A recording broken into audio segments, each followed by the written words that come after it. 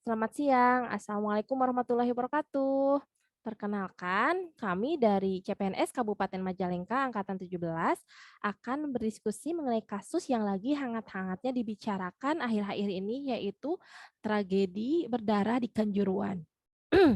Yang videonya akan disaksikan nanti kami akan putar, tapi sebelumnya izinkan kami untuk memperkenalkan diri dulu. Nama saya Melani Yosepa dan rekan-rekan saya ada Ibu Ayu Kemaladewi, ada Ibu Wasniti, ada Ibu Aisyah, dan juga ada Ibu Lisma Rosita. Sebelum kita berdiskusi lebih lanjut, mari kita menyimak video mengenai tragedi yang terjadi di Kanjuruhan yang akan kita angkat ke dalam diskusi hari ini.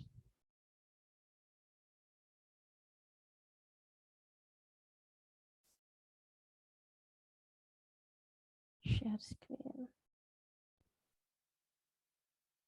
Tragedi terjadi di Stadion Kanjuruhan Malang usai laga Arema FC melawan Persebaya Surabaya selesai pada Sabtu 1 Oktober 2022. Kericuhan supporter ini dipicu oleh kekalahan Arema FC atas Persebaya Surabaya dengan skor 2-3. Usai wasit meniup peluit panjang, para pemain langsung berlari menuju ruang ganti.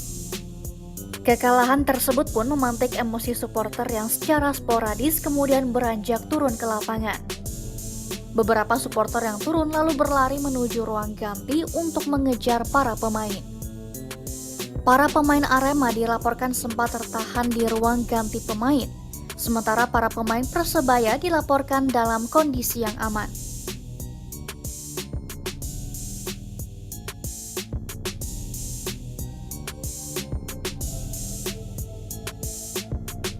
Pihak kepolisian sempat mencoba mengamankan kondisi dengan menembakkan gas air mata.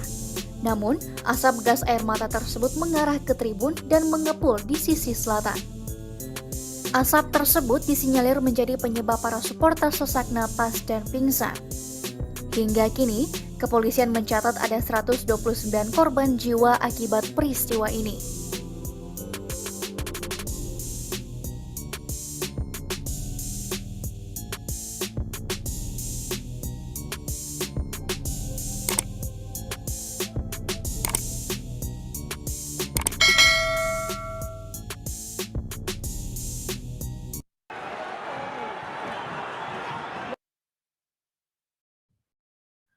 Oke, sudah kita saksikan bersama ya video mengenai kejadian di Kanjuruhan kemarin yang menelan banyak korban.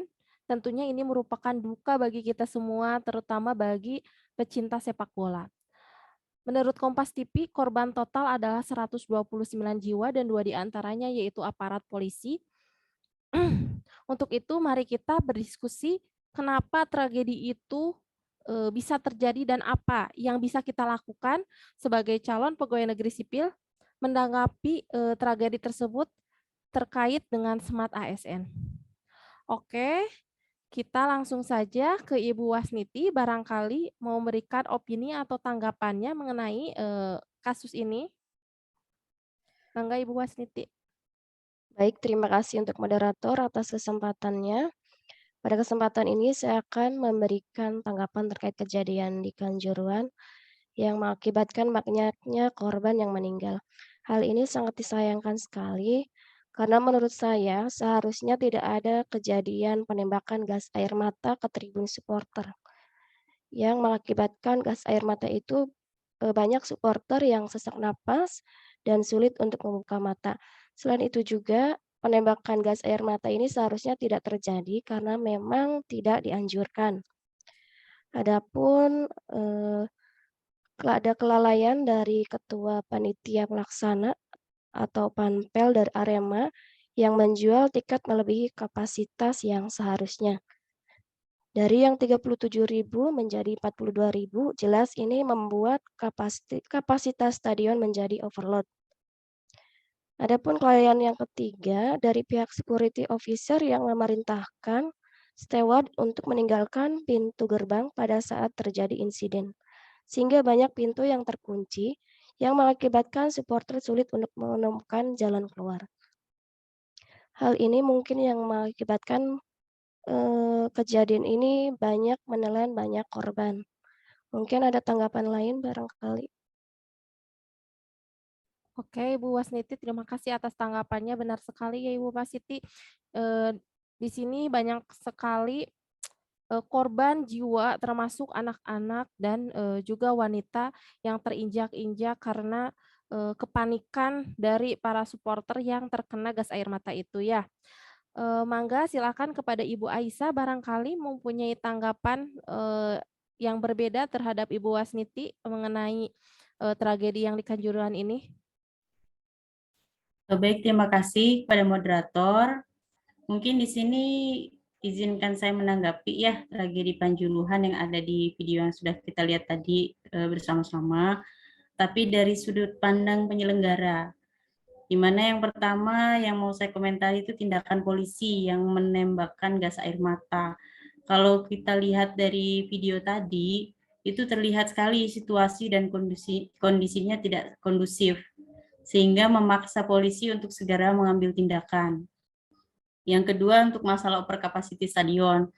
Kalau menurut saya itu tidak terlepas dari budaya masyarakat kita nih yang masih menganut fanatisme khususnya dalam dunia olahraga sepak bola.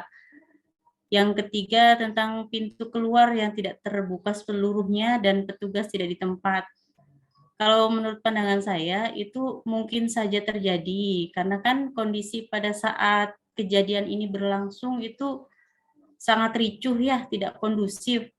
Nah, sehingga ini bisa mengakibatkan pihak penyelenggara tidak sempat nih untuk berkoordinasi dengan pihak keamanan.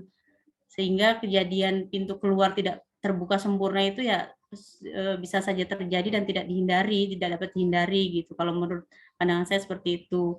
Untuk secara umumnya sih kita tahu semualah bahwa masih kurangnya kesadaran dari para supporter kita nih untuk sportif sehingga seringkali terjadi kericuhan dalam pertandingan. Ini tentu harus dicari juga solusinya agar kejadian seperti di Kanjuruhan ini tidak terulang lagi.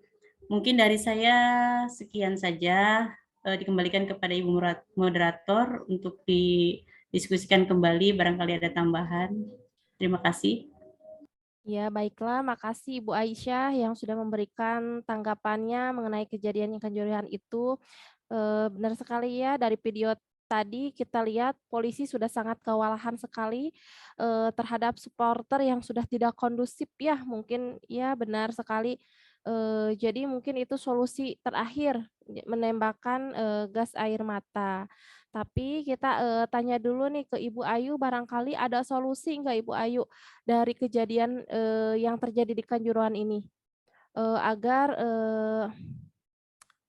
kejadian ini tidak terjadi lagi gitu. Baik, terima kasih atas kesempatannya, Bu Moderator. Dengan melihat video yang tadi, saya setuju dengan pendapatnya Ibu Aisyah. Pada saat kejadian di Kanjuruhan, mungkin karena situasi dan kondisinya yang tidak kondusif, maka pihak polisi dengan terpaksa melakukan tindakan tersebut. Dengan harapan, setelah dilakukan penembakan gas air mata, maka penonton menghentikan tindakan yang mungkin dianggap anarkis tersebut ya. Jadi polisi mungkin bermaksud baik agar tindakan anarkis itu tidak berlanjut. Kemudian dengan ditembakannya gas air mata, menjadikan supporter panik dan berebut untuk keluar dari stadion. Nah, karena kurangnya koordinasi antar polisi yang menembakkan gas air mata dengan petugas yang berada di penjaga pintu, maka pintu belum sempat dibuka semuanya oleh petugas. Sedangkan para supporter panik dan berdesakan hingga banyak yang terjatuh dan terinjak-injak, sehingga menyebabkan banyak korban. Mungkin ini juga terjadi karena kapasitas penonton yang overload dikarenakan antusias supporter yang sangat tinggi untuk menonton di stadion tersebut. Akan tetapi jika supporter tidak anarkis dan tetap suportif, maka hal ini tidak akan terjadi. Dengan adanya kejadian ini, kita sebagai warga negara yang baik itu harus memiliki jiwa nasionalisme yang tinggi untuk saling menjaga sesama warga negara dan menjaga kesatuan negara Kesatuan Republik Indonesia. Mungkin itu pendapat dari saya. Saya kembalikan kepada moderator. Terima kasih. Terima kasih Ibu Ayu yang telah memberikan sumbangan solusinya. Barangkali Ibu Lisma mempunyai solusi yang berbeda mengenai kejadian ini. Mangga silakan Ibu Lisma. Sebelumnya, terima kasih kepada moderator atas kesempatan yang telah diberikan. Saya ingin menyampaikan pendapat yang pertama, untuk tim keamanan yaitu polisi yang merupakan ASN dan telah melanggar aturan yaitu tidak boleh menembakkan gas air mata, diharapkan untuk selanjutnya lebih konsisten dengan aturan yang ada. Yang kedua, selaku panitia yang menjual tiket, jangan hanya memikirkan keuntungan semata, tetapi juga melihat dampak negatif dari overload yang akan terjadi. Mungkin untuk selanjutnya panitia seperti ini bisa diberikan sanksi yang tegas. Yang ketiga, untuk security, sebaiknya diperbaiki lagi kolaborasi antar tim agar saat situasi ricuh, kerjasama antar tim bisa maksimal dan meminimalisir jumlah korban. Karena peristiwa ini telah menjadi tragedi berdarah di dunia sepak bola, sebaiknya dari pemerintah menggratiskan semua pengobatan untuk para korban dan memberi santunan untuk keluarga yang ditinggalkan. Mungkin itulah pendapat dari saya. Saya kembalikan ke moderator. Terima kasih. Terima kasih Ibu Lisma, solusinya baik sekali ya. Dari berbagai opini yang sudah kita dengar, dari berbagai pendapat, baik itu yang pro dan kontra dari kejadian tersebut, kita bisa menganalisis apabila semua pihak mengikuti SOP yang sudah diberikan FIFA terhadap penyelenggaraan suatu pertandingan, mungkin kejadian ini tidak akan terjadi. Semoga organisasi sepak bola Indonesia ke depannya lebih baik lagi dan tidak terjadi lagi kejadian seperti ini. Mungkin diskusi kami hari ini dicukupkan sekian. Segala kekurangannya kami mohon maaf. Wabillahi taufiq wal hidayah. Wassalamualaikum warahmatullahi wabarakatuh.